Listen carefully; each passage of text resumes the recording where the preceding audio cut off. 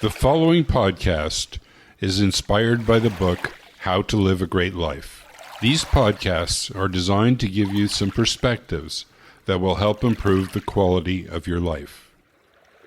This episode is a continuation of To See or Not to See. I will share 2 true stories about people who feel that life is treating them unfairly. My hope is that you will see from these stories and others in later podcasts that we all have hidden forces that affect our behavior. We pretend these forces do not exist. In revealing their existence, we start on the path to freeing ourselves from the forces and creating a life of greatly reduced stress and increased joy. The first scenario I will reveal here occurred at a relationship training seminar that I attended in Oakland, California. This was actually a graduate seminar. All of the participants had taken an introductory seminar in relationship from the same leader that was offering the graduate seminar. This seminar occurred over a full weekend. A little over 200 men and women were in attendance. About 1/3 of the audience were couples. The first day and a half of the seminar included a review of material in the introductory seminar, as well as some new material. The review was useful for most of us, as we had forgotten at least some of the original material. The new material provided some useful insights. The leader provided some time at the conclusion of the seminar for any couples present to seek help from the wisdom of the group for any relationship challenges they were facing. This was a bit of an intimidating environment, so it was not surprising that the first 2 people to speak brought minor issues to the group. Then one brave woman brought up a serious issue. She looked to be in her early 30s, while her husband, sitting beside her, appeared to be in his mid-20s. She revealed that the problem in their marriage was that her husband was never interested in sex. He worked late every night and was exhausted when he came home.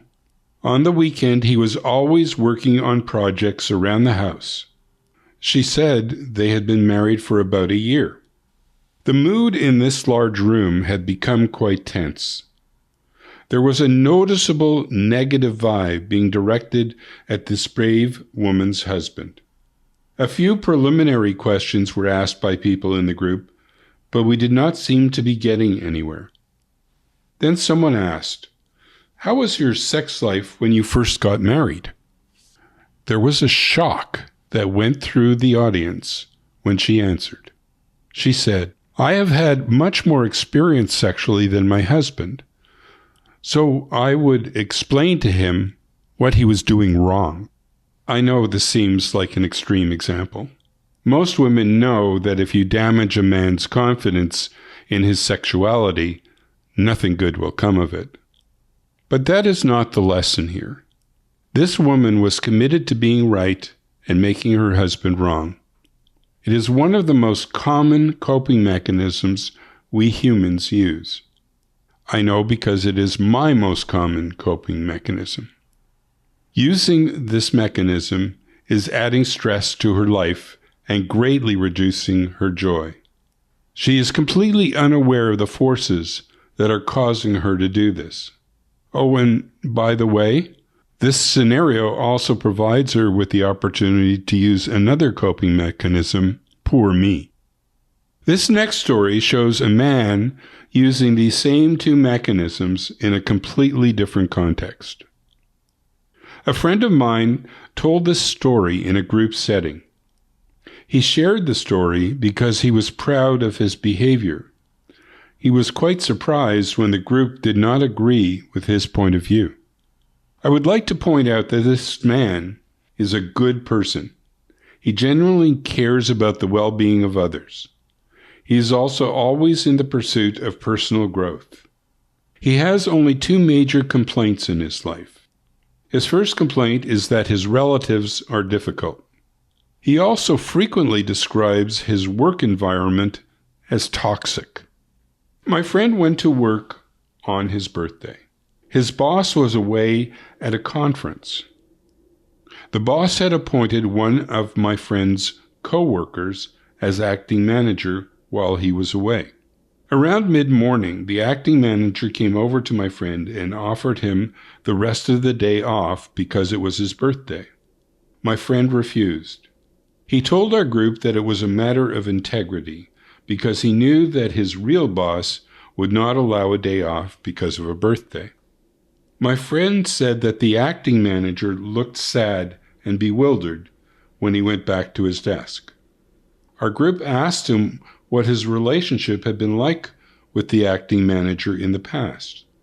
My friend revealed that this person had protected him and warned him previously when there was a potential for a negative effect on his career. We also asked why he did not say something to the acting manager to acknowledge him for trying to be helpful on his birthday. My friend said that it had not occurred to him. So my friend got to be right and make the acting manager wrong. He felt powerful for acting out of integrity. However, he could have acted with integrity and still been much more caring with this man that wanted to look out for him. As I said, he describes his work environment as toxic. Here he contributed to negative energy in that same work environment. These two real-life scenarios show us that it is possible to act in a way that feels positive, but is really about using our defense mechanisms to be right. Then we get to say, "Poor me," because of the negative energy that we have created. It takes courage to see that these defense mechanisms in action in ourselves cause these issues. However, the benefit of discovering how these control us and then learning how to rid ourselves of them is a life with much less stress and much more joy. In my book, I describe the process that I went through to stop being controlled by my not good enough and the consequent defense mechanisms. I would like to suggest the following exercise for now. Think of a time recently when you have been right. Ask yourself if there were any negative consequences to being right. Then think about other ways you could have made the situation work for you. These podcasts are an introduction to the soon-to-be-published book, How to Live a Great Life. The promise of the book is to give you information and tools that will help you to reduce stress and increase joy in your life. To get updates on the launch date for the book, as well as information on future podcasts, please click the link Great Life in the show notes of this episode. Enter your email and you will be kept up to date. If you are listening using the Apple Podcast app, the show notes can be found by pressing on Detail. Then scroll down the show notes to find the Great Life link.